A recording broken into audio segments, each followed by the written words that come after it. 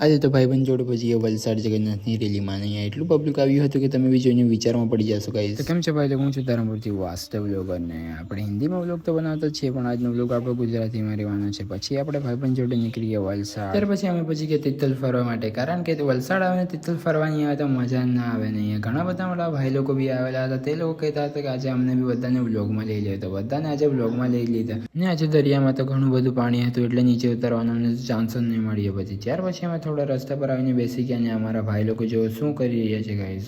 અહીંયા એક ફોનમાં લાગેલો છે, તે તો એક બીજો ફોનમાં લાગેલો છે, ને આ બાજુ બે ફોનમાં લાગેલા છે, ને હું બનાવતો હતો વ્લોગ્સ। ત્યાર પછી અમે નીકળી ગયા જગન્નાથની રેલીમાં। અહીંયા તો ટ્રાફિક એટલું બધું થઈ ગયું કે અમે તો ગાડી બસ ડેપોમાં મૂકી દીધી, ને પછી અમે કરી લીધી થોડી પેટ પૂજા, અને પેટ પૂજા કરીને અમે સીધા પહોંચી ગયા જગન્નાથની રેલીમાં।